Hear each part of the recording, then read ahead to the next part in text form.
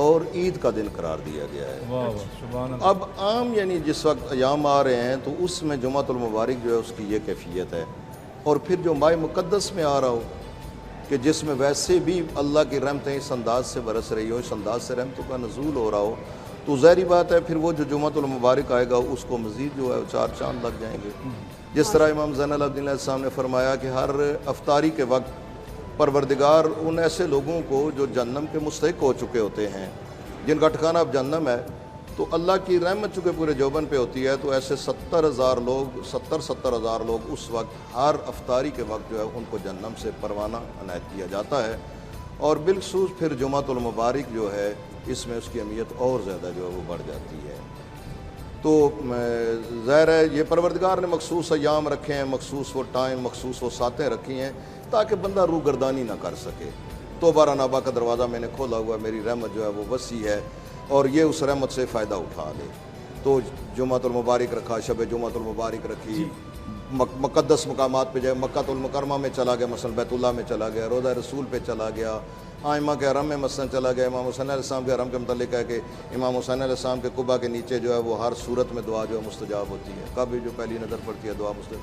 تو یہ مخصوص وہ مقامات رکھے گئے, مخصوص وہ ایام رکھے گئے, مخصوص وہ جگہ بھی رکھی گئی ہے. جی علامہ صاحب آپ کی طرف جانے سے پہلے ٹائم بڑا تھوڑا رہ گیا, ایک نعت شریف سنتے ہیں, واپس آئیں گے تو آپ سے پھر ایک سوال کروں گا, اس کا جواب چاہیے ہوگا.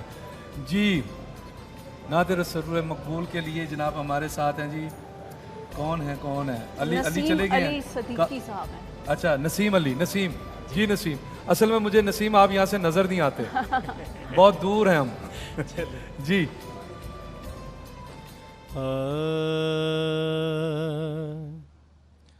میرے دل میں ہے یاد محمد,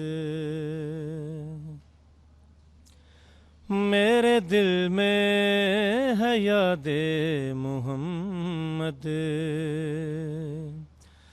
میرے ہونٹوں پہ ذکر مدینہ,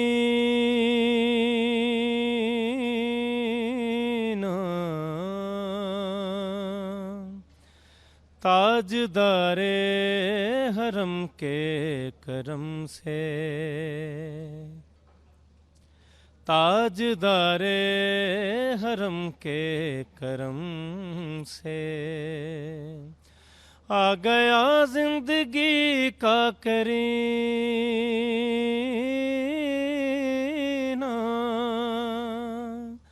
میرے دل میں ہے یاد محمد. ان کی چشم کرم کی عطا ہے,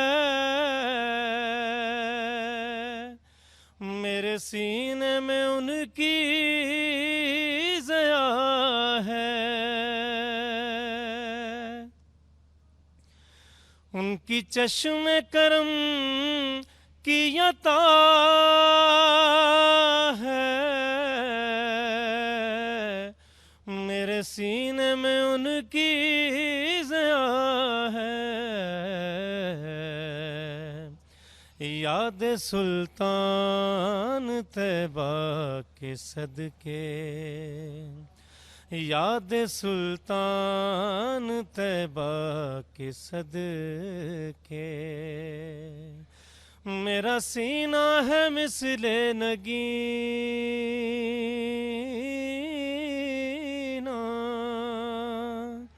میرے دل میں ہے یاد محمد. ہر خطا پر میری چشم پوشی,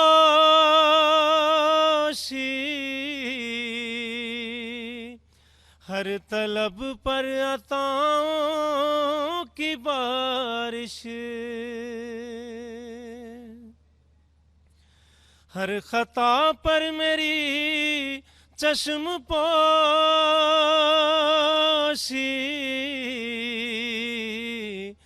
ہر طلب پر عطاؤں کی بارش,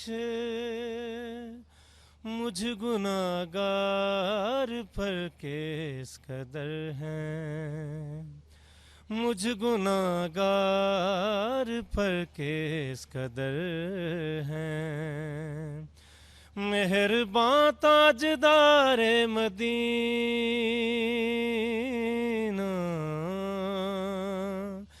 میرے دل میں ہے یاد محمد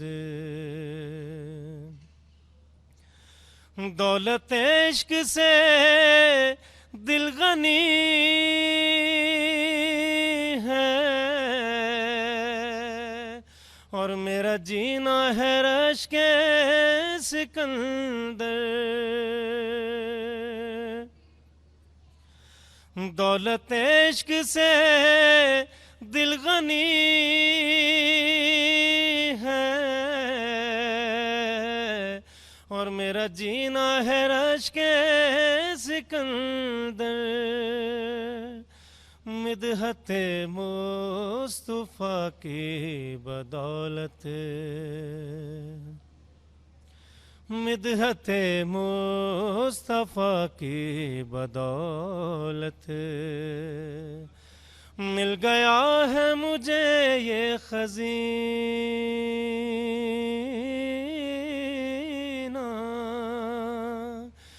میرے دل میں ہے یاد محمد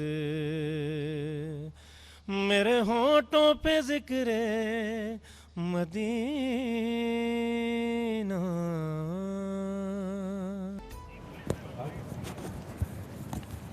ویلکم بیک ناظرین، آپ دیکھ رہے ہیں سعادت رمضان اور یہاں پر ہمارے پاس مہمان موجود ہیں۔ آپ کچن میں تھی؟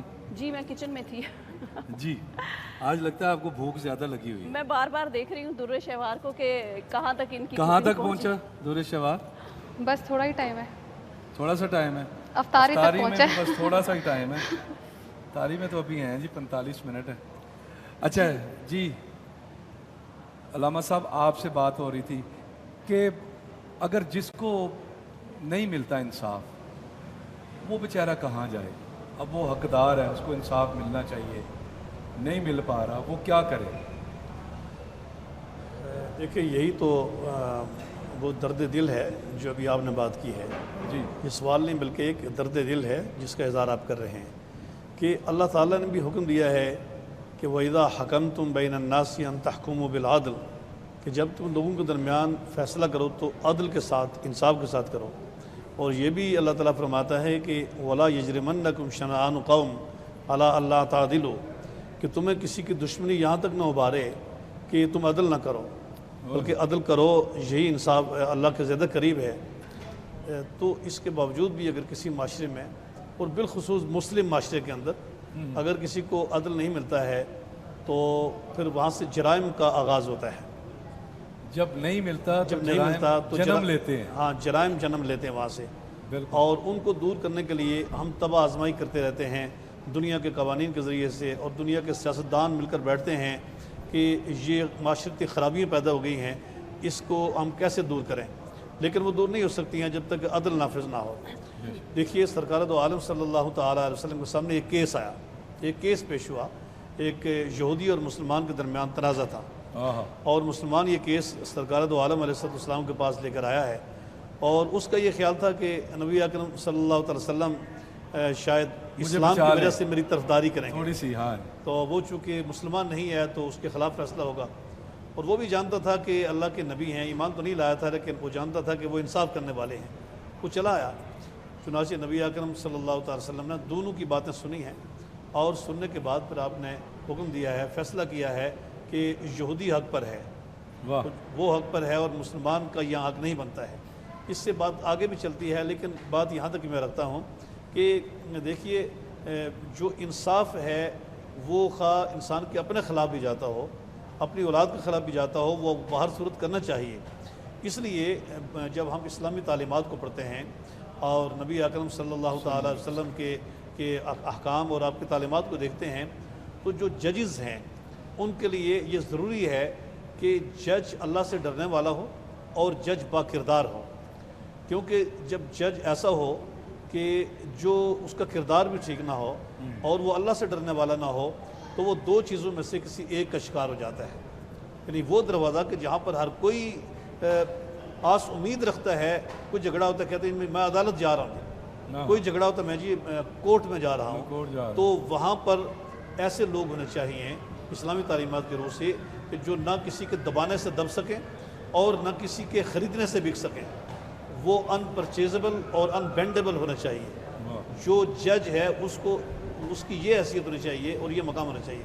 لیکن جب کسی کو معاشرے میں انصاف نہ ملے اور اس کا حق ہونے کے باوجود وہ مطالبہ کرے، اسے کسی جگہ سے بھی انصاف نہ ملے، نہ کسی مسجد سے، نہ کسی عدالت سے، نہ اس کی اپنی فیملی سے، نہ جو معاشرتی بڑے لوگ ہوتے ہیں نہ ان سے ملے، تو ظاہر ہے وہ کیا کرے. اس کے بعد اگر وہ کوئی چوری کرتا ہے یا کوئی آگے جرائم کا ارتکاب کرتا ہے تو اس کے ذمہ دار وہ لوگ ہیں جو عدل کو قائم نہیں کرتے، جنہوں نے ظلم کا نظام نافذ کیا ہوا ہے اور عدل کو چھوڑا ہوا ہے. اور جب عدل نافذ ہو جاتا ہے تو ہمیشہ تاریخ اس پر شاہد ہے کہ دو چیزیں اللہ تبارک و تعالیٰ کی طرف سے تحفے میں ملتی ہیں. ایک معاشی خوشحالی ملتی ہے اور دوسرا امن و امان ملتا ہے. جب حضرت فاروق اعظم رضی اللہ تعالیٰ عنہ کا دور دیکھیں عدل فاروقی دیکھیں، حضرت عمر بن عبدالعزیز رضی اللہ تعالیٰ عنہ کا دور دیکھیں، جہاں پر یہ کہا جاتا ہے کہ شیر اور بکری ایک ہی گھاٹ سے پانی پیتے تھے، اور زکوٰۃ دینے والے زکوٰۃ دے رہے ہیں مگر کوئی زکوٰۃ لینے والا نہیں کر رہا، اور امن و امان کا یہ عالم ہے. اور جب عدل کو چھوڑ دیا جاتا ہے تو اللہ تعالیٰ کی طرف سے دو سزائیں ملتی ہیں، ایک بدامنی کی سزا ہے اور دوسرا غربت کی سزا ہے. غربت کی سزا، یہ دو سزائیں ملتی ہیں جب آپ عدل و انصاف کو چھوڑ دیتے ہیں. اور یہ دونوں سزائیں اس وقت ہمارے اوپر اس طرح لاگو ہوئی ہیں، اس کا مطلب ہے کہ ہم نے عدل اور انصاف کو چھوڑا ہوا ہے. بشارت صاحب آپ سے پوچھوں گا کہ اگر ایک بندے کے اختیار میں ہے وہ عدل و انصاف کر سکتا ہے، نہ کرے، اس کے لیے اسلام میں کیا سزا ہے؟ اس کو بٹھایا اس لیے گیا ہے کہ وہ عدل و انصاف کرے، اس کو طاقت دی گئی ہے، اس کو حکومت دی گئی ہے، اس کو اقتدار دیا اس لیے جاتا ہے کہ وہ کرے ایسا. جب نہیں کرے گا تو اب دیکھیں جو قیامت کا دن ہے، قیامت پہ ہمارا جو متلقہ ایمان ہے وہ یہی ہے کہ وہاں پر کوئی کسی کی سفارش تو نہیں چلے گی، وہاں کوئی کسی کا اس طرح کا ساتھی نہیں ہوگا.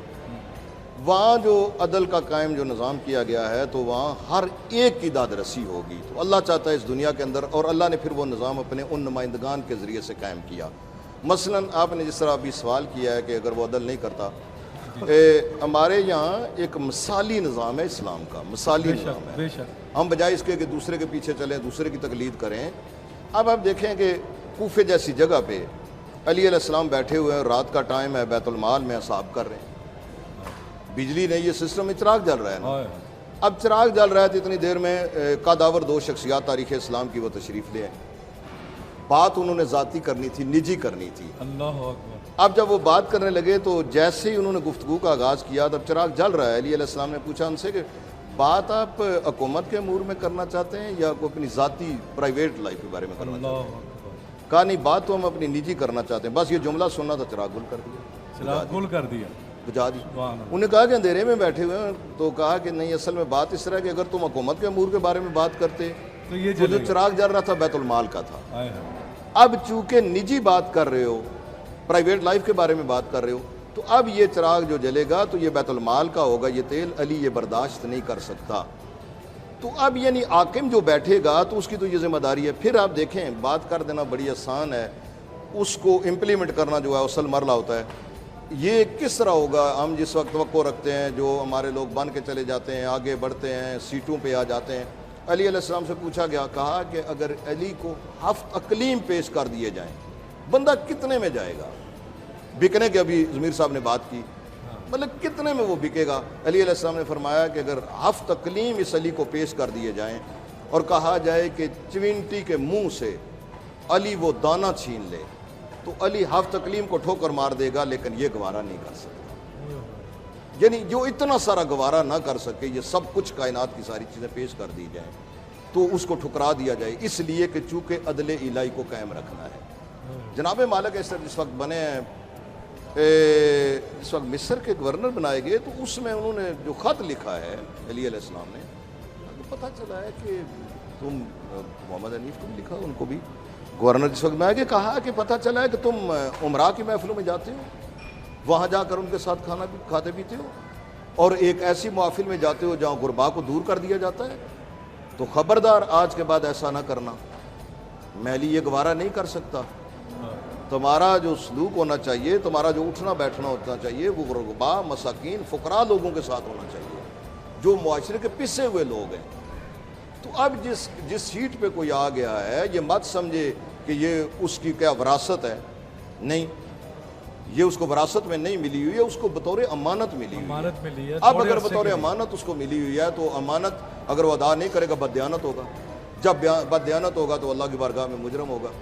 سوچنا ہے کہ اب مثلا ایک بندے کو ہم نے ذمہ کیا, پیسہ اس کے پاس ہے, فائنانس کا شعبہ اس کے پاس ہے, کرسی اس کے پاس ہے, اقتدار اس کے پاس, کیا اس کا اپنا ہے؟ نہیں. اب یہ سارے کا سارا جو ہے یہ عوام الناس کا ہے, اور یہ اس نے پہنچانا ہے عوام الناس کا. اور پھر مجھے چونکہ بار بار یہ سارا لینا پڑتا ہے, اس لیے کہ اس کے علاوہ وہ ایک بچے نے جا کر اپنی ماں سے کہا کہ بڑی عجیب ایک بات میں نے دیکھی ہے, عجیب منظر ہے, دولت کا ڈھیر پڑا ہوا ہے اور ایک بندہ کھڑا ہے, لوگ آ رہے ہیں وہ تقسیم کر رہا ہے, آ رہے ہیں تقسیم کر رہا ہے, اور اس کے بعد جب جگہ خالی ہو گئی, وہ ساری کی ساری دولت چلی گئی, تو اسی شخصیت نے جھاڑو اٹھایا اور اس جگہ کو صاف کر کے مصلی بچھایا اور 2 رکعت نماز پڑھی, اپنے لیے کچھ نہیں لیا. تو کمال کا عقل مند بندہ دیکھا ہے, کہا تم نہیں جانتے وہ علی ابن ابی طالب ہے جو اقداروں تک حق پہنچانے کے بعد اب 2 رکعت نماز شکرانہ پڑھ رہے ہیں. پروردگار تیرا شکر ہے کہ اقداروں تک ان کا حق پہنچ گیا. تاریخ گواہ ہے کہ قاضی جب کس کو مقرر کیا جاتا تھا وہ رونے لگ پڑتے تھے کہ میں پتہ نہیں یہ سر انجام دے پاؤں گا کہ نہیں. بہت بھاری ذمہ داری ہے, بہت بڑی یہ ذمہ داری ہے جی, یہ کوئی عام ذمہ داری نہیں, یہ زندگی چند روزہ ہے. جی ساجد صاحب, ہم اسلاف کو دیکھتے ہیں, حضرت امام شافعی رحمۃ اللہ علیہ, ان سے جب تم بات پوچھتا تھا کہ بات بتائیں, تو وہ اس پر بھی سوچتے تھے کہ میں اس کو بتاؤں تو ہو سکتا بات صحیح نہ ہوئی ہے. یعنی یہاں پر بھی عدل ضروری ہے کہ سوال کرنے والا سوال کرتا ہے اور آگے جواب دینے والے کے پاس اگر جواب نہیں ہے تو وہ محض اپنی عزت کی وجہ سے جواب دے کوئی اس کو. تو امام شافعی رحمۃ اللہ علیہ فرماتے ہیں کہ جب مجھ سے کوئی بات پوچھتا ہے تو میں اپنے آپ کو دوزخ اور جنت کے درمیان سمجھتا ہوں کہ میں نے کس طرف جانا ہے. تو پھر وہ جو صحیح اور حق بات ہے جو مجھے جنت کی طرف لے کے جانے والی, میں وہ بات کرتا ہوں. تو لہٰذا ہر معاملے میں زکوٰۃ کی تقسیم کے موقع پر, مناسب کے اوپر جو اسامیاں ان پر تقرری کے موقع پر, اور والدین کی خدمت کے حوالے سے, معاشرے کے لوگوں کے ساتھ رویوں کے حوالے سے, ہر جگہ جب کوئی اپنے آپ کا محاسبہ نہیں کرے گا تو وہ کبھی بھی عدل و انصاف کے تقاضے پورے نہیں کر سکتا. اور یہ بات ہمیں ہمیشہ یاد رکھنی چاہیے. دیکھیے بڑی ایک حدیث ایسی ہے جو ہمارے رونگٹے کھڑے کر دیتی ہے کہ ایک دن ایسا بھی آنے والا ہے کہ رسول اللہ علیہ السلام فرماتے ہیں کہ جو اولاد آدم ہے یہ اپنے قدموں کو کوئی ہلا نہیں سکے گا جب تک کہ 5 سوالوں کا جواب نہیں دے گا. اس میں کوئی ایک مومن وقت آئے گا کوئی اپنے قدموں کو ہلا نہیں سکے گا بالکل جب تک 5 سوالوں کا جواب نہیں دے گا. 5 سوالوں کا جواب جب تک وہ اپنے قدم ہلا نہیں سکے گا, خواہ کوئی مسلمان تھا کوئی کافر تھا. ایک سوال ہوگا عمر کے بارے میں, عن عمرہ فیما افناہ, وعن شبابہ فیما ابلاہ, وعن مالہ من این اکتسب, وفیما انفق, وعن عمل ماذا معنی علم ماذا عمل به, او کما قال رسول صلی اللہ علیہ وسلم. یہ عمر کے بارے میں سوال ہوگا کہ بتاؤ عمر کہاں گزاری, کیسے گزاری. اب وہ پوری جو پکچر ہے وہ اصل صورت میں اس کے سامنے آ جائے گی. انکار ہی نہیں کر سکے گا کہ عمر میں وہ کیا کرتا رہا, اور اگر انکار کرے گا اس کے ہاتھ اس کے پاؤں گواہی دینا شروع کر دیں گے کہ نہیں اس نے ہمارے ساتھ یہ کام کیا تھا. پھر دوسرا سوال ہوگا جوانی کے بارے میں کہ بتاؤ جوانی کیسے گزاری ہے, اور پھر جوانی کی پوری داستان اس کے سامنے آ جائے گی کہ کیسے گزاری ہے. پھر مال کے بارے میں سوال ہوگا کہ مال کیسے کمایا ہے. یہ بھی سوال ہوگا کہ کمایا کیسے ہے, کیا حلال ذرائع سے کمایا ہے یا حرام سے کمایا ہے. اور پھر یہ سوال ہوگا کہ اس کو خرچ کیسے کیا ہے. اگر مال تیرے پاس آ گیا ہے اور وہ حلال کا مال تھا, آ بھی گیا ہے, تو اس کو خرچ کیسے کیا, فضول کاموں میں خرچ کیا, حقداروں کو حق دیا ہے یا نہیں دیا. اور پھر علم کے بارے میں سوال ہوگا, سوجھ بوجھ کے بارے میں کہ تمہارے پاس جتنا علم تھا اس کے مطابق عمل کیا کیا. تو یہاں دیکھیں عدل کی ایک پوری داستان ہے کہ انسانی زندگی کے ہر لمحے میں, اس کی زندگی کے ہر پہلو میں عدل ہے. اور جو ہی انسان کے ہاتھ سے عدل چھوٹے گا تو یہ ایک توازن بگڑ جاتا ہے یہاں پر. اور جب توازن بگڑتا ہے تو پھر ظاہر ہے وہ گناہ کے راستے پر چلتا ہے, اللہ تبارک و تعالیٰ کی نافرمانی کرتا ہے اور وہ سزا کا مستحق ہو جاتا ہے. جی ماشاءاللہ جی, بڑے زبردست طریقے سے. آپ کو کیسا لگ رہا ہے؟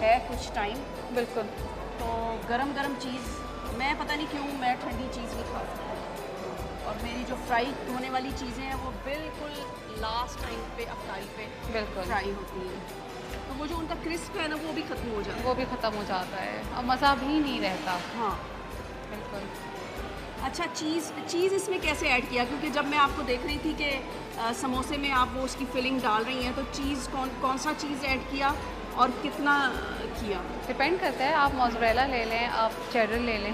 اچھا, اب وہ یہ تھا کہ جب آپ چکن بوائل کرتے ہیں, مجھے تو وہ جو ویسے جو کاٹیج چیز ہے نا جو میلٹ ہی نہیں ہوتا, اچھا وہ بھی اس کا ٹیسٹ بھی اچھا بالکل, وہ بھی بہت اچھا ہوتا ہے. کاٹیج چیز, لو فیٹ بھی ہوتا ہے. کاٹیج چیز لے لیں آپ. میں نے تو خیر اس میں چیڈر اور موزریلا یوز کیا ہے. اچھا, کہ ذرا اچھا لگتا ہے. چیز مجھے بہت پسند ہے, اس لیے بہت زیادہ ڈالتی ہوں. تو اچھا, یہ جو آپ کی سمودی ہے یہ فل آف انرجی ہوگی؟ بالکل فل آف انرجی ہوگی. اس میں سارے یوگرٹ ہے, ویکنیس ہے اس کو کور کر لیں گی. بالکل. اس میں یوگرٹ ہے, مینگو ہے, ملک ہے, تو آپ سوچ رہے ہیں کہ کتنا زیادہ جو ہے ریفریشنگ ہوگا.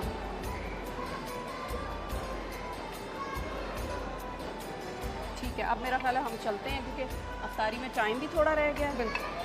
اور یہ پکڑ لیں, کیسے پکڑیں؟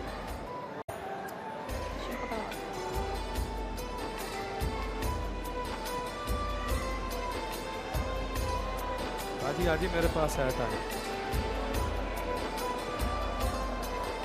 جی یہ کیا آ گیا جی؟ در شہبار کی جو افطاری کی چیزیں ہیں, آج کھانا نہیں بنا, آج تو سموسے پکوڑے ہی ہیں. چلیں, کھانا ادھر ہے جی ہمارے پاس, اور گرینڈ کی افطاری ہے جی, اور یہ در شہوار کی افطاری آئی ہے. اچھا, ذرا بچوں کو مائک دیں, ذرا بچوں کو دینا.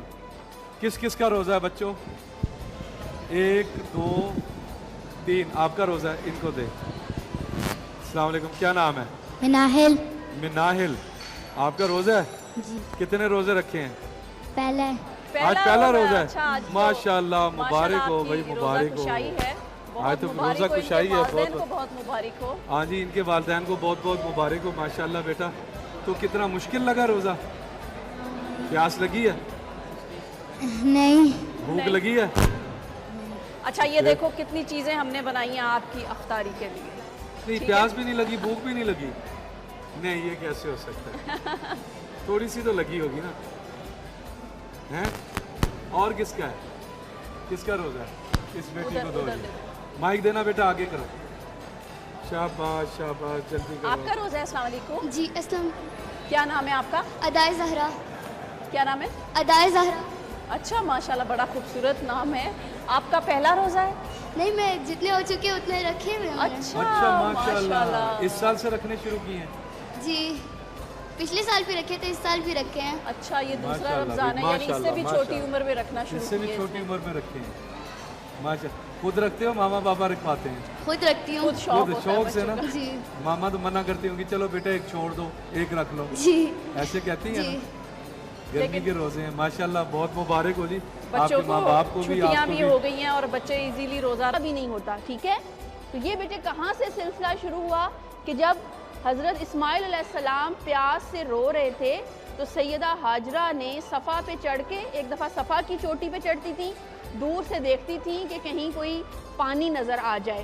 پھر جب ان کو بچے کے رونے کی آواز آتی, پھر وہ وہاں سے دوڑ کر اترتی, اور اترتے ہوئے وہ پھر اپنے بچے کو آ کر دیکھتی, اس کو چپ کراتی, پھر وہ دوڑ پڑتی, پھر وہ مروا پہ چڑھتی, مروا کی پہاڑی پہ, اس کی چوٹی پہ چڑھ کے پھر دیکھتی شاید کہیں پر پانی نظر آ جائے نا. اب اس پورے عمل میں بیٹے 7 چکر سیدہ ہاجرہ سلام اللہ علیہا نے لگائے, اور پھر جب 7واں چکر مکمل کیا اور مروا پر آپ تھیں نا بیٹے, ان کو ایک غیب سے آواز آئی نا, جس طرح سے کہ کوئی پانی ہوتا ہے. انہوں نے جب مڑ کر سیدنا اسماعیل علیہ السلام کو دیکھا تو بیٹے بہت پیاری بات کہ آپ جو ایڑیاں رگڑ رہے تھے نا زمین کے اوپر, وہاں سے اللہ تعالیٰ کے حکم سے پانی نکل آیا. وہاں سے کیا ہوا؟ پانی نکل آیا, اور وہاں پر ایک چشمہ پھوٹ پڑا. تو سیدہ ہاجرہ سلام اللہ علیہا نے اس سے مشکیزہ بھی بھرا اور خود بھی پانی پیا اور اپنے بیٹے کو بھی پلایا. اور دیکھیں اللہ پاک کی یہ اللہ رب العزت کا ایک رحمت اور فضل دیکھیں کہ وہ پانی تو وہاں پر نکلا. آج بھی بیٹے جب آپ مکہ مکرمہ جاتے ہیں, جو لوگ حج کرنے جاتے ہیں, عمرہ کرنے جاتے ہیں, وہاں سے آب زمزم لے کر آتے ہیں, یعنی زمزم کا پانی. آپ میں سے بہت سارے بچوں نے پیا بھی ہوگا آب زمزم. تو یہ آب زمزم کیسے نکلا تھا کہ سیدنا اسماعیل علیہ السلام نے رو کر زمین پر اپنی ایڑیاں رگڑی تھیں, تو اللہ تعالیٰ نے زمین کو حکم دیا کہ تم یہاں سے پانی کو اچھال دو, تو پانی نکلا. اور یہ پانی آب زمزم بیٹے یہ قیامت تک جاری و ساری رہے گا, اور لوگ وہاں سے پانی لاتے رہیں گے اور پیتے رہیں گے, اور یہ پانی کبھی ختم بھی نہیں ہوگا. پھر بیٹے سیدنا ابراہیم علیہ السلام کے حوالے سے ہی ایک اور بہت زبردست واقعہ ہمیں نظر آتا ہے, جس میں ایک روز انہیں خواب میں یہ دکھایا گیا کہ وہ اپنے بیٹے سیدنا اسماعیل علیہ السلام کو ذبح کر رہے ہیں. اب وہ صبح اٹھے اور بڑے پریشان ہوئے کہ یہ میں نے کیا دیکھا ہے, شاید کوئی ویسے ہی مجھے خواب میں خیال آیا ہے. دوسری رات جب وہ دوبارہ سوتے ہیں, تو جب سوتے ہیں تو پھر ان کو یہی خواب آتا ہے. وہ صبح اٹھتے ہیں, پھر پریشان ہوتے ہیں کہ یا باری تعالیٰ یہ کیا, یعنی مجھے کیا دکھایا جا رہا ہے نا. جب تیسری رات بیٹے سیدنا ابراہیم علیہ السلام سوتے ہیں اور پھر خواب میں دیکھتے ہیں کہ ان کے بیٹے اسماعیل علیہ السلام کو وہ ذبح کر رہے ہیں, تو ان کو سمجھ آ گئی کہ یہ اللہ تعالیٰ کی طرف سے کوئی حکم بھی ہے اور آزمائش بھی ہے, ان کا امتحان بھی ہے. اچھا, وہ بیٹے اپنا یہ خواب اپنے بیٹے سیدنا اسماعیل علیہ السلام کو بیان کرتے ہیں. وہ فرماتے ہیں کہ اسماعیل, میں نے خواب میں دیکھا ہے کہ میں آپ کو ذبح کر رہا ہوں. آپ فرما برداری, یعنی کس طرح سے اسماعیل علیہ السلام نے اپنے والد کو اوبے کیا, اپنے فادر کی بات مانی. فرمانے لگے کہ ابا جان, آپ کو جو بھی حکم اللہ کی طرف سے ملا ہے آپ اس کو کر گزریں, انشاءاللہ آپ مجھے ثابت قدم لوگوں میں سے پائیں گے. ٹھیک ہے. تو یہاں پر بیٹے پھر کیا ہوتا ہے کہ سیدنا ابراہیم علیہ السلام ایک تیز سی چھری لے کر اپنے بیٹے کو لے کر چل پڑتے ہیں ایک میدان کی طرف کہ میں اپنے بیٹے کو ذبح کروں. وہاں پر بیٹے جب میدان میں جاتے ہیں اور اپنے بیٹے کو الٹا لٹاتے ہیں اور انہیں ذبح کرنے لگتے ہیں, تو اللہ کی طرف سے چھری کے درمیان اور آپ کی جو گردن تھی اس کے درمیان بیٹے ایک لوہے کی کوئی چیز آ جاتی ہے, اور وہ چھری آپ کے حلق تک نہیں پہنچ پاتی, اور اللہ تعالیٰ آپ کو بچا لیتے ہیں. لیکن اس کے بعد پھر کیا فرماتے ہیں کہ اب تم نے ایک جانور بیٹے جس کا نام مینڈا تھا, کیا تھا, مینڈا, ہاں بالکل مینڈا تھا ایک جانور, اس کو جو ہے کہا گیا کہ اب آپ اس کو ذبح کر دیں. اب دیکھیں اللہ تعالیٰ کو بیٹا اپنے پیارے نبی حضرت ابراہیم علیہ السلام کی یہ بات اتنی پسند آئی کہ انہوں نے اپنا بیٹا قربان کر دیا, کہ اللہ تعالیٰ نے قیامت تک کے لیے اس بات کو سنت بنا دیا کہ اب جب بھی بڑی عید آتی ہے نا, آپ کو پتہ ہے بڑی عید آتی ہے اور ہم میں سے جو لوگ قربانی دے سکتے ہیں, تو پھر ہم کوئی اونٹ قربان کرتا ہے, کوئی گائے کرتا ہے, کوئی بھینس کرتا ہے, کوئی بکری کرتا ہے. جی بیٹے, بڑی عید بیٹا بکرا عید جس کو ہم کہتے ہیں نا, بکرے والی, جس میں وہ ہوتے ہیں. تو وہ بیٹے یہاں سے سنت یعنی کہ چلی کہ اللہ پاک نے اپنی نبی کی سنت کو جو ہے وہ زندہ کیا, اور قیامت تک وہ سنت زندہ رہے گی. ٹھیک ہے. اور بیٹے پھر ایک اور واقعہ میں ضرور بیان کروں گی حضرت سیدنا ابراہیم علیہ السلام کے حوالے سے ہی. آپ نے ایک مرتبہ اللہ تعالیٰ سے عرض کی, آپ نے عرض کی یا باری تعالیٰ میں یہ چاہتا ہوں کہ لوگ مرتے ہیں تو جیتے کس طرح ہیں, یعنی قیامت والے دن ہم سب مر جائیں گے نا, تو قیامت والے دن ہم سارے کے سارے پھر اٹھائے جائیں گے, ہم زندہ ہو جائیں گے. تو انہوں نے کہا کہ یہ کیسے ہوگا باری تعالیٰ, تو مجھے اپنی آنکھوں سے دکھا دینا. تو اللہ تعالیٰ نے کہا کہ اے ابراہیم, آپ 4 پرندے پکڑیں. کیا کریں, 4 پرندے پکڑیں, ان چاروں کو ذبح کر دیں, پھر ان کا گوشت کاٹ دیں. ٹھیک ہے, ان کے پر بھی الگ کر دیں, ان کا گوشت بھی کاٹ دیں, اور گوشت کاٹ کر اس سارے کو مکس کر دیں, چاروں پرندوں کا نا. پھر آپ اس کا تھوڑا تھوڑا حصہ لے کر 4 پہاڑوں پر رکھ دیں. حضرت ابراہیم علیہ السلام نے ایسا ہی کیا. ٹھیک ہے. اور ایسا کرنے کے بعد پھر اللہ پاک نے ان کو حکم دیا کہ ابراہیم, آپ ان کو کہیں کہ ابراہیم تمہیں کہتا ہے کہ اٹھ جاؤ, زندہ ہو جاؤ. تو بیٹے ہوا کیا کہ جب ابراہیم علیہ السلام نے اس طرح سے فرمایا, تو وہ جو سارے پرندے جن کا گوشت آپس میں مکس ہو چکا تھا, جو بالکل بوٹی بوٹی یعنی ہو چکے تھے نا, اور 4 پہاڑوں پر جن کو رکھا گیا تھا تھوڑے تھوڑے جسم کے حصے کو، وہ سارے کے سارے اس طرح سے اکٹھے ملے اور مل کر وہ سارے کے سارے زندہ ہو گئے. یعنی اللہ تعالیٰ نے اپنے نبی کے ذریعے یہ بات لوگوں کو بتائی کہ اللہ تعالیٰ کس طرح لوگوں کو مارتا ہے اور پھر کس طرح سے لوگوں کو زندہ کرنے کی طاقت رکھتا ہے. یہاں پر بیٹا ایک بہت بڑی خدمت جو اللہ تعالیٰ نے حضرت ابراہیم علیہ السلام سے لی، وہ تھا آپ کا کعبۃ اللہ کو تعمیر کرنا، کنسٹرکشن آف بیت اللہ. ٹھیک ہے، یعنی کعبۃ اللہ کو تعمیر کیا. آج ہمیں جو بیت اللہ نظر آتا ہے نا، ہم اس کے گرد طواف کرتے ہیں، چکر لگاتے ہیں، اس کی طرف آپ کو پتہ ہے ہم اپنا رخ اپنا منہ اس کی طرف کر کے نماز پڑھتے ہیں. ویسے ہماری نماز نہیں ہوتی اگر ہمارا رخ کعبہ کی طرف نہ ہو. ٹھیک ہے، تو وہ جو بیٹے تعمیر جب کرنا تھا تو اللہ تعالیٰ نے آپ کو حکم دیا کہ آپ اور آپ کا بیٹا یعنی اسماعیل علیہ السلام مل کر کعبہ کو تعمیر کریں. اب ہوتا کیا تھا کہ سیدنا اسماعیل علیہ السلام پتھر اکٹھے کرتے اور اپنے والد کو پتھر پکڑاتے. ٹھیک ہے، اور سیدنا ابراہیم علیہ السلام وہ پتھر لے کر کعبہ کی دیواریں چنتے، کعبہ کی دیواریں تعمیر کرتے. یہاں بیٹے جو بڑی انٹرسٹنگ بات ہے وہ یہ ہے کہ سیدنا ابراہیم علیہ السلام نے اپنے پیروں کے نیچے ایک پتھر رکھا اور اس پتھر پر کھڑے ہو کر وہ دیواریں تعمیر کر رہے تھے نا. اب دیواریں آہستہ آہستہ تعمیر کرتے جا رہے تھے اور ایک وقت ایسا آیا کہ وہ دیواریں آپ کے قد سے بھی اونچی ہو گئیں. ٹھیک ہے، اب آپ کا ہاتھ تو نہیں اوپر پہنچنا، اب آپ مزید تعمیر کیسے کریں؟ تو اللہ تعالیٰ نے اس پتھر کو حکم دیا کہ اے پتھر تو نرم پڑ جا اور حرکت کر. اب جو ابراہیم علیہ السلام بیٹے دیوار تعمیر کرتے نا تو پتھر آرام آرام سے اوپر ہوتا جاتا، یعنی ہوا میں معلق ہوتا جاتا. نیچے اس کے پتھر کا کوئی کنیکشن کہہ لیں، کچھ بھی زمین کے ساتھ نہیں تھا. اور ابراہیم علیہ السلام اس کے اوپر کھڑے ہو کر جو ہے وہ کیا کرتے، دیواریں تعمیر کرتے رہتے. اور پھر اسی پتھر کو اللہ تعالیٰ نے فرمایا کہ تم نرم ہو جاؤ. جب وہ پتھر نرم ہوا تو آپ کے جو پیروں کے نشان ہیں نا بیٹا، وہ اس پتھر کے اوپر ثبت ہو گئے. آج بھی اللہ تعالیٰ آپ بچوں کو بھی اور ہم سب کو بھی بیت اللہ لے کر جائے، ہمیں عمرہ بھی کرائے، ہمیں حج کی بھی توفیق نصیب ہو.